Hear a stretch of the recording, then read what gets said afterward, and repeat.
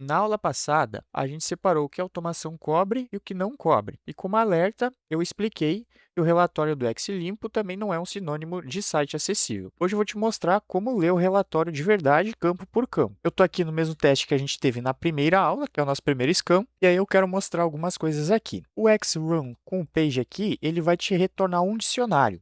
Então, se você der um print aqui em resultado, eu vou por enquanto dar um print só em resultados, a gente vai ter muita informação aqui, mas só para mostrar que ele vai retornar um dicionário. Beleza, ele retorna um dicionário gigantesco aqui com todas as informações do scan que ele fez. Se eu der um resultados aqui .case, para ver só as chaves do dicionário, eu vou ter aqui o resultado, uma lista de chaves. Então, eu tenho o test engine, o test runner, Vermont, o timestamp, a URL, as opções, e aqui essas quatro opções aqui são as mais importantes para a gente. Então, a gente tem inapplicable, bases, incomplete e violations. O que interessa para a gente, principalmente, é a parte do violations, que é a lista de problemas confirmados. Dentro de violations, que é a chave, né, a gente tem 5 campos que vale a pena a gente guardar, que é o ID, que vai ser o identificador da regra, por exemplo, imagem out, color contrast, nome que a gente vai usar mais para frente para incluir ou excluir regras específicas. A gente tem o impact, que é a severidade. Na verdade, deixa eu pegar aqui e dar um print. Violação completa. Eu vou comentar isso aqui por enquanto. Executar novamente, a gente vai ter só a lista das violações, né? Tá, aqui a gente tem a lista de todas as violações, né? Cada um é o seu dicionário.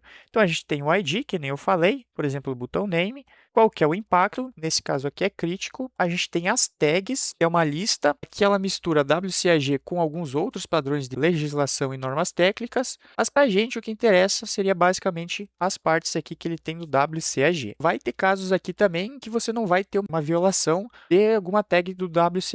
Pode mostrar aqui, por exemplo, best practices, são recomendações da ferramenta que não são mapeadas em um critério oficial da norma, né? Isso aqui é interessante porque, por exemplo, essa violação aqui do button name, ela traz aqui a sua tag do WCAG 412. Se eu der uma pesquisada nessa tag aqui, eu já pesquisei no chat GPT mesmo, você pode pesquisar em qualquer local, ele vai te falar exatamente o que está acontecendo. Então, WCAG 4.12 é o critério name, role e value, ou seja, nome, função e valor, né, das diretrizes de acessibilidade e conteúdo web, que é o WCAG que a gente vem vendo por enquanto. Basicamente, o componente de uma interface ele precisa expor corretamente o seu nome, a sua função e o seu estado e valor para as tecnologias assistivas, que são os leitores de tela. Então, o botão ele tem que ser identificado como botão e ele precisa ter um nome acessível também. Por exemplo, botão enviar, botão concluir.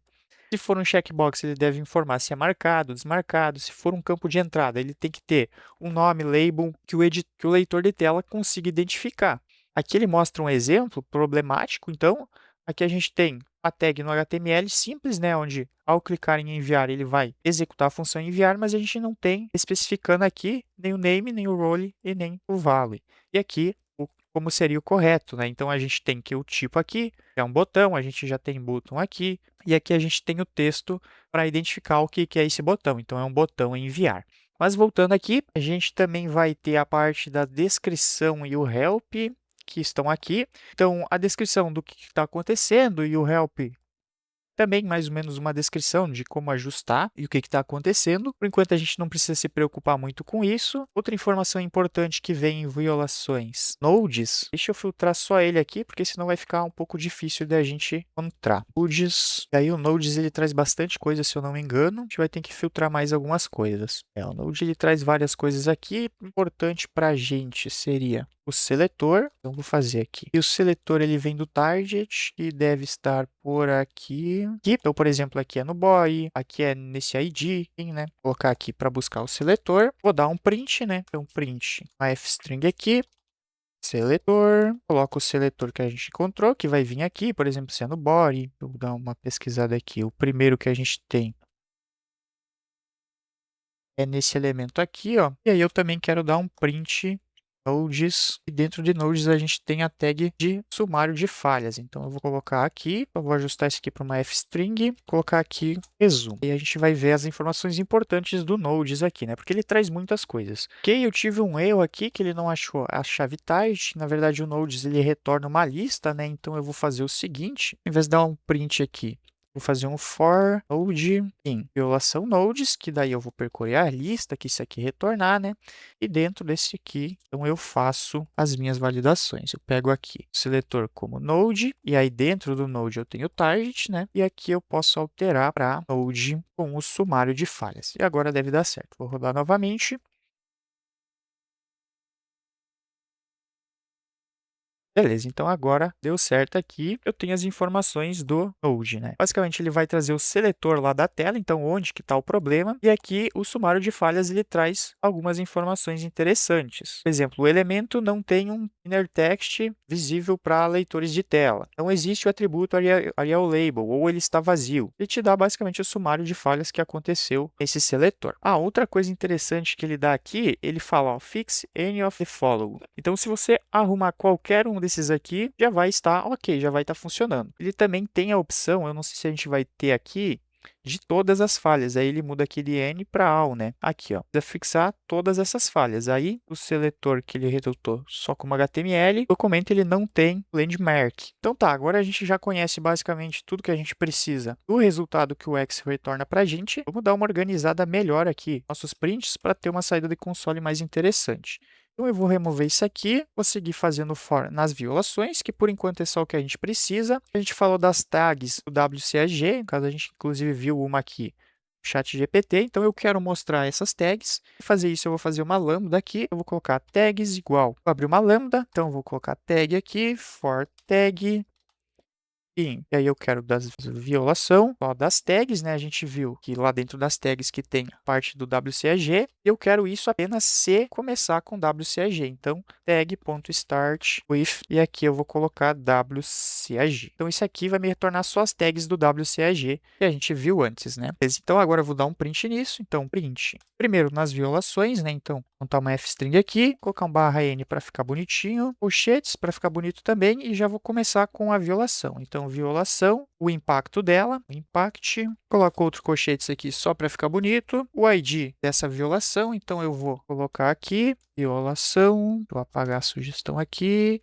e aqui vai ser ID, fecha colchetes. Então, aqui eu vou ter o impacto e qual que é o ID da violação. Legal. Agora as tags do WCAG que a gente buscou aqui, né? Então, print, fazer uma f-string, vou colocar WCAG, só vou mudar aqui para tags WCAG para ficar mais bonito. Isso aqui vai me retornar todas as tags. Então, eu vou colocar aqui tag WCAG, se tag WCAG tiver alguma coisa. Se não, eu vou dar um print falando que não tem um mapeamento direto. Então, sem mapeamento direto, pode ser isso aqui. E aí a gente tem a parte aqui dos nodes, onde a gente vai ter o seletor, tal problema, e o sumário das falhas, o que a gente precisa corrigir. Então, eu executo aqui, tive um erro, talvez escrevi alguma coisa errada. Assim, aqui é tags e não tag, né? Então, vou executar novamente. E agora sim, eu tenho um resumo aqui bem interessante dos principais problemas, né? Pelo menos do que o Xcore encontrou no site. Então, eu tenho aqui problema crítico no button name, WCAG sem mapeamento direto. O que é estranho, talvez eu tenha escrito errado, porque antes a gente viu que tinha sim mapeamento lá do WCAG, então eu vou dar uma violação aqui. Tags, dá um print, executa aqui só para ver o que vai vir na saída do console. Se eu não me engano, ele tinha sim duas tags do WCAG. Ó, estão aqui, WCAG, tag for tag em violação de tags se tag começa com... Aí eu escrevi errado aqui, deixei WCGA, então por isso que não apareceu as tags. Se eu apagar aqui agora, executar novamente, espero que o resultado agora esteja correto. Agora sim, então eu tenho aqui a criticidade, então se é crítico, se é sério, enfim. O ID, as tags do WCAG, então para você pesquisar de maneira rápida, por exemplo, se eu pesquisar aqui WCAG 143, eu tenho aqui as informações do que é. Então, é um problema de contraste mínimo. Qual que é o seletor lá no site, onde foi encontrado o problema, e um resumo do que precisa ser fixo. Beleza, agora a gente entendeu o que o Excel retorna para a gente. Então, na próxima aula, a gente vai entender melhor aqui sobre o HTML e o JSON. A gente vai entender a diferença e como ver eles também.